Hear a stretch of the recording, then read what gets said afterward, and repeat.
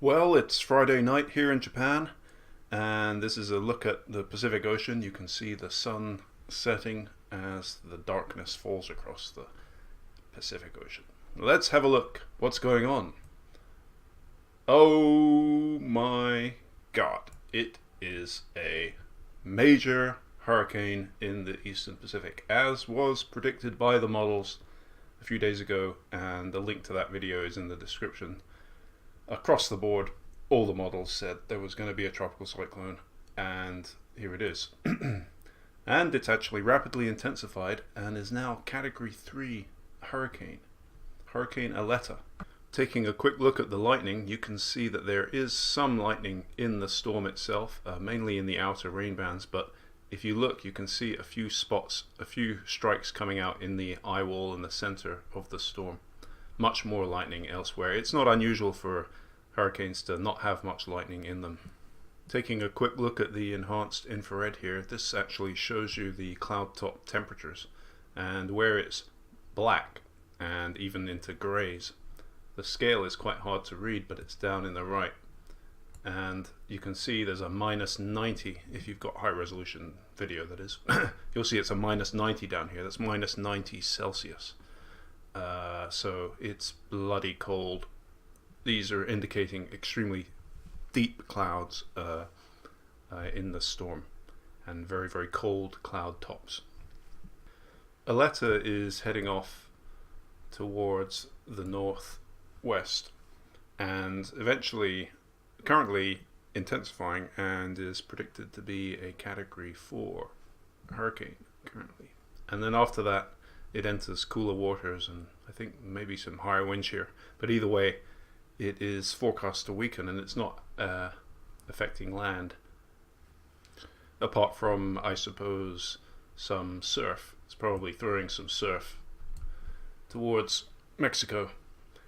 In any case, the actual really more concerning situation is off down to the southeast, where there is not that much right now, but we're going to have a look at the models, because this situation is more concerning actually than this very impressive looking storm. But before we look at the models, let's just take a quick look at the broader view. This is actually the National Hurricane Center, and there they have Aletta as a Category 3 major hurricane. And then over here is the disturbance, and they have it now. It's gradually been upping, and it's now at 70% chance of formation.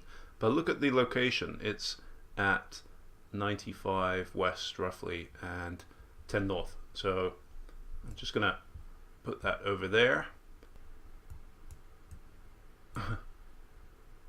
It's just judging by the coastline. It's located, the center is located here, and it's very difficult to see a circulation at all in there. But regardless, this is meant to be a system that will be forming soon and developing into something interesting. So we'll move on to that.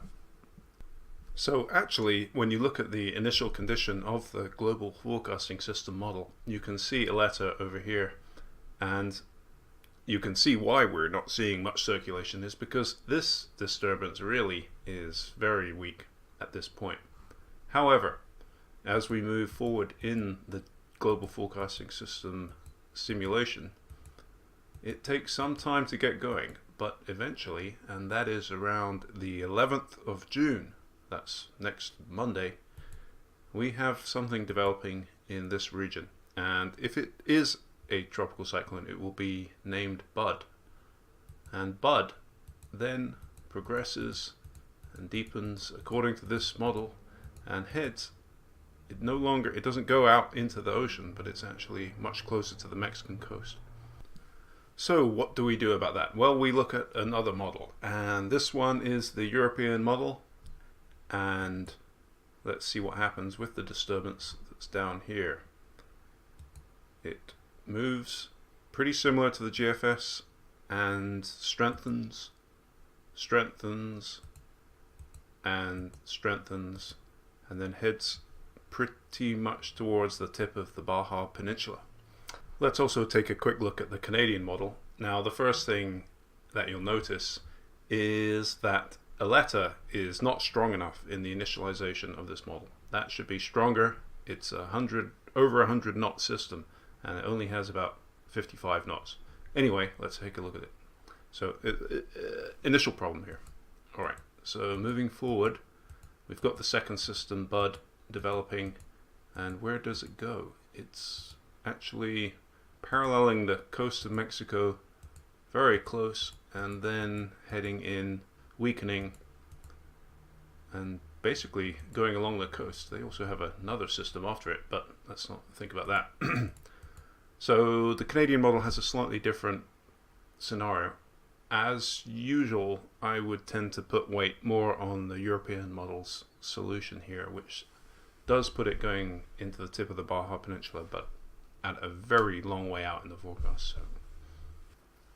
So to summarize, we've got Aletta heading off and eventually dying, and Bud playing an interesting role coming up behind and potentially going closer to Mexico. Now, at this point, Bud is basically nothing, so difficult to know how much weight to put on this. But the fact that all three of the models that I've looked at have it paralleling or coming close to the Mexican coast makes it a greater threat than Aletta, a greater potential threat.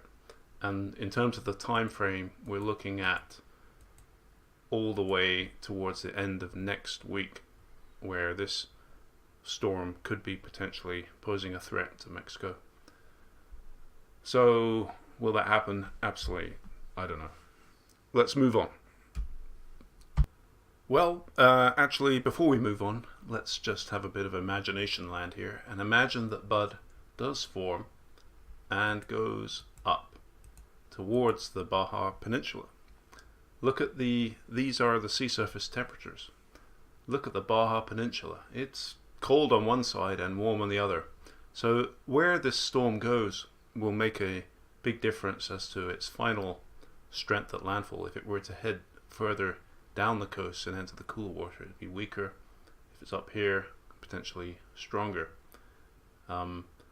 So this is the situation in terms of energy, the power for the storm, and it's a curious one. Switching gears completely, let's look at the dust, because there's some really big stuff going on around the Sahara and Middle East.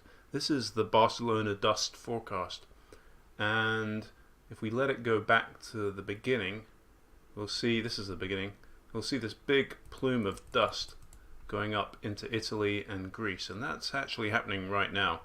It's beginning to spread up, and then looks like a second plume of dust, but less dramatic maybe, but also that's going up into France, but that's later. But let's take a look at the Middle East. The Middle East has a blow up of dust big time, and that is 9th of June. No, it's not. Yes, it is 9th of June, and then 10th of June.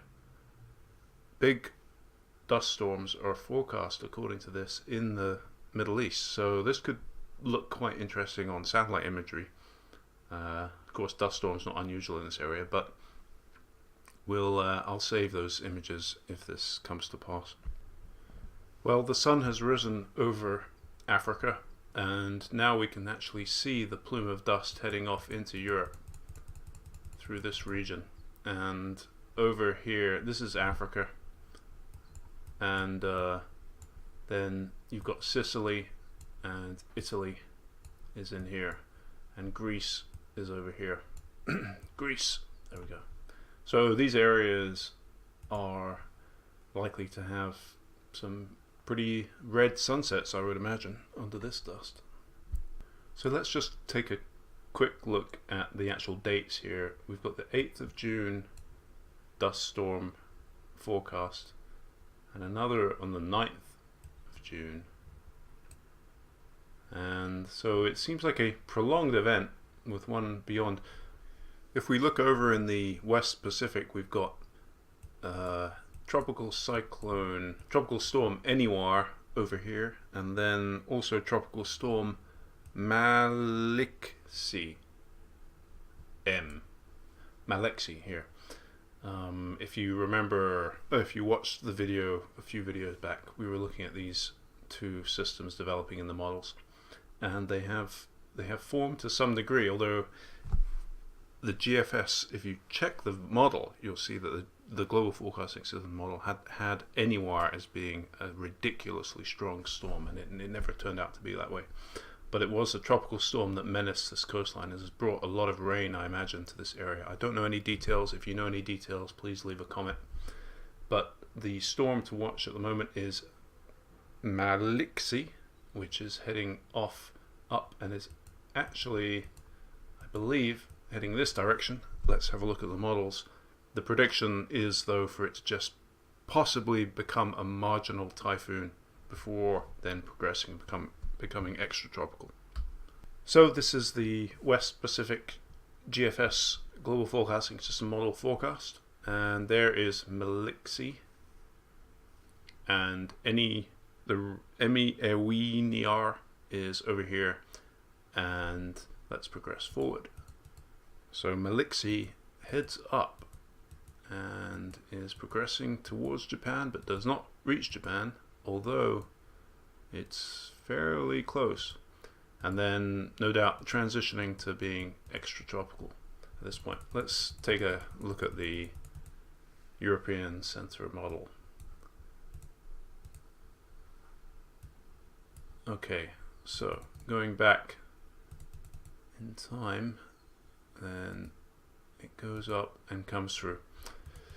So all in all, it looks like a possible marginal typhoon, although